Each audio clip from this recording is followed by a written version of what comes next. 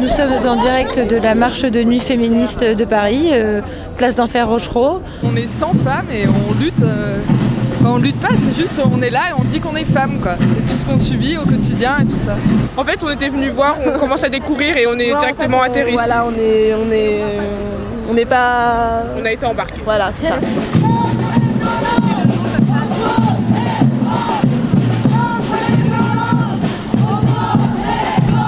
C'est le collectif Rage de Nuit qui organise une manifestation non mixte, une marche non mixte.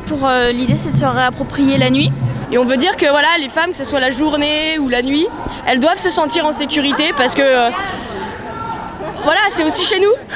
Il faut que ce soit les femmes elles-mêmes qui se libèrent et qui s'allient entre elles pour récupérer elles-mêmes et sans les hommes l'espace dont les hommes les ont privés pendant des années. C'est important que c'est un non mixte parce que justement c'est de manière symbolique pour montrer que les femmes aussi peuvent se réunir et de montrer un peu de manière choc les femmes qui occupent la rue, qui occupent l'espace, même si elles sont souvent dans l'espace public, elles l'occupent beaucoup moins longtemps que les hommes parce qu'elles ne se sentent pas en sécurité. C'est la nuit qu'on nous apprend le plus à craindre, qu'il y a un terrain extrêmement réservé pour les hommes. Par exemple, une femme qui va être violée de nuit va subir beaucoup plus de remarques comme quoi elle aurait dû s'y attendre, elle aurait dû s'y préparer, alors que non, c'est pas de sa faute, c'est jamais de sa faute.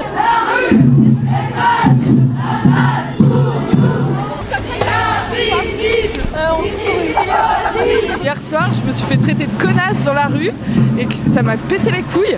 Et du coup, je me suis embrouillée avec le gars et il m'a dit de toute façon, t'es qu'une pute, il est 23h, t'es dehors.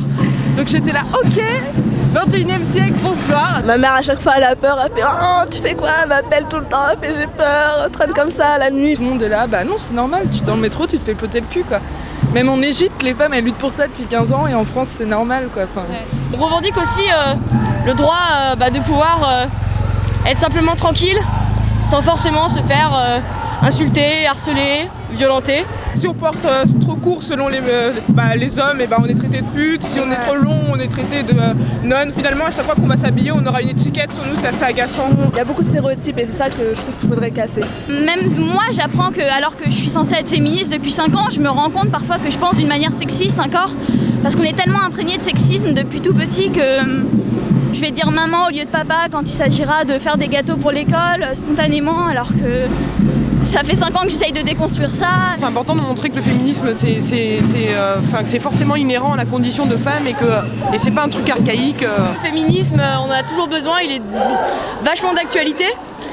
Dans le fait que on est dans un système de domination toujours hétéropatriarcal.